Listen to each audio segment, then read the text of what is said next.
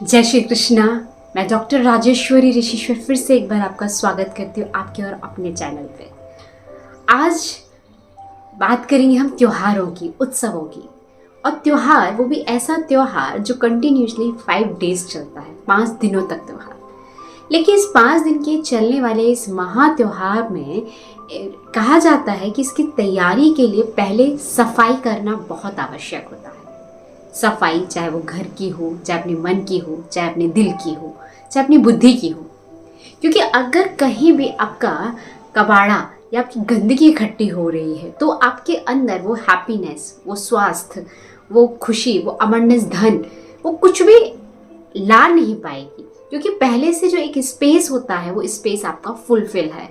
इसलिए माँ लक्ष्मी और गणेश जी यानी एक ऐसी बुद्धि जो आपको विवेकशील बनाए और एक ऐसा धन जिसे आप प्रयोग कर कर आप सद्मति पर आप सत्कर्म कर सकें, जिससे हमारे चतुर्थ पुरुषार्थ के साथ हम भक्ति के पद को प्राप्त कर सकें। ये पद बहुत महत्व के होते हैं।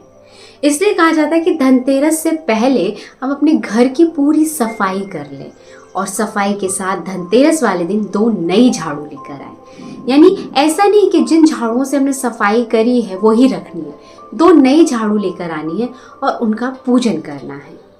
ये धनतेरस के लिए बहुत महत्वपूर्ण उपाय हो जाता है कि आप धनतेरस वाले दिन 2 झाड़ू लेकर आए। और इन्हें माँ लक्ष्मी का वाहन माना जाता है, माँ लक्ष्मी का स्वरूप माना जाता है।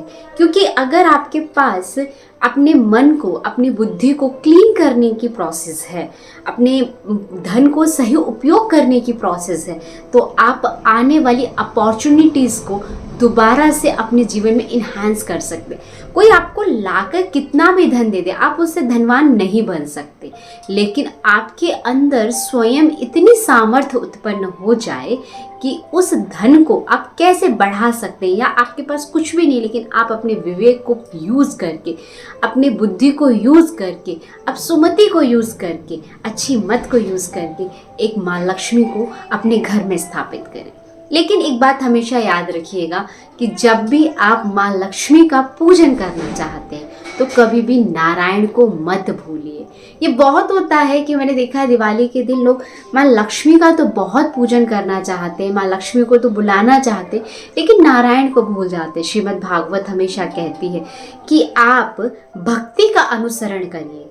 आप जैसे ही भक्ति का अनुसरण करेंगे तो भगवान आपके पीछे और भगवान के पीछे माँ लक्ष्मी रहती है, नारायण के साथ लक्ष्मी रहती है और लक्ष्मी बिना नारायण के कभी रह ही नहीं सकती। अगर आप लक्ष्मी को सिर्फ अपने घर में अगर आती है आपकी लक्ष्मी, तो आपका एक ही उससे उत्तम संबंध होता है और वो उत्तम संबंध होता है उससे पुत्री का, उससे माँ का। आप पुत्री बनाइए, उसे बड़ा कीजिए, उसे पोषित कीजिए और जब भी वो सुयोग्य बन जाए तो उस लक्ष्मी का विवाह, उससे कुछ भी एक ऐसा कार्य करिए जो भगवान के निकट आपको लेकर आ सके, जो नारायण के समक्ष आपको लेकर आ सके। और एक माँ की तरह उससे पालना लीजिए, ना कि उसे अपना बनाइए। धनतेरस के दिन आप पूरी सफाई करने के बाद जो आपके पुराने गणेश, लक्ष्मी हैं और साथ में कुबेर भगवान, इन सबको एक चौकी पर स्थापित करिए। चौकी पर जब आप स्थापित करेंगे तो साथ ही साथ जो मैंने कभी बोला है, पुरानी कौड़ियाँ रखी हैं, पुराने गोमती चक्र रखे, आप उन्हें अलमारी में से निकालिए और उन्हें शुद्ध करके, गंगा जल से शुद्ध करके उन्हें दोबारा से पूजा में यूज़ कर सकते। बाई चांस आपके पास वो पुराने वाले नहीं रखे तो नए रखिए। साथ में रखिए धनिये के बीज और धनिये का बीज, और इनको रखिए पीले या लाल रंग के वस्त्र में। उस दिन सबसे महत्वपूर्ण एक कार्य जो करना है धनतेरस वाले दिन, कि एक दालचीनी लेनी है, फुल रोल दालचीनी। दालचीनी की जो लकड़ी आती है वो रोलिंग शेप में आती है, फुल रोल दालचीनी आती है। उसके अंदर एक सफ़ेद पेपर पे अपनी मनोकामनाएं लिखिए, जो भी आप नारायण से मांगना चाहते हैं, जो भी आप इसे भगवान से चाहते हैं, माँ लक्ष्मी से चाहते हैं कि आपके जीवन में ये नया वर्ष जो आ रहा है ये सारी चीज़ें प्रदान करता है। क्योंकि माँ लक्ष्मी कार्तिक के महीने में हम जन्म लेती हैं, कार्तिक के महीने में इनका पूजन होता है। कार्तिक का पूरा महीना भगवान विष्णु को समर्पित होता है। तो उस दिन उसकी विश लिखिए और उस विश को छोटा सा रोल करके उस दालचीनी में अंदर एंटर करिए उसके ऊपर माँ लक्ष्मी के स्वरूप हर चीज के एक कहते हैं बिना नैवेद्य के कोई भी कार्य पूर्ण नहीं होता। तो उस नैवेद्य के साथ चाहे आप 10 का 20 का 50 का 200 का 500 का कोई भी एक नोट उसके चारों तरफ राउंड करिए और उसे कलावे से बांध कर उस विष को आप वहीं पूजा स्थल में रखेंगे।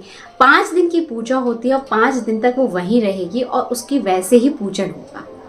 इस पूजन के बाद वो जो आपका मनोकामना का जो मंत्र है, जो मनोकामना आपने लिखी है, इसे आप अपने अनुसार, अगर धन की वृद्धि की लिखी है तो धन क्षेत्र में, विद्या की वृद्धि की लिखी है तो विद्या के क्षेत्र में, अपने ऑफिस के क्षेत्र में, लेकिन ऐसी जगह रखेंगे जहाँ वह सुरक्षित रहे।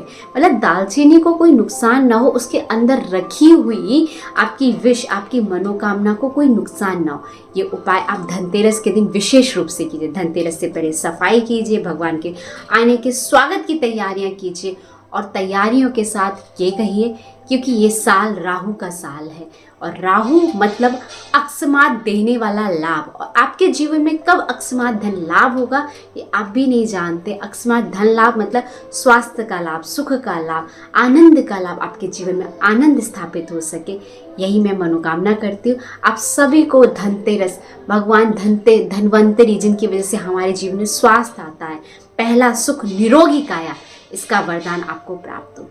जय श्री कृष्णा।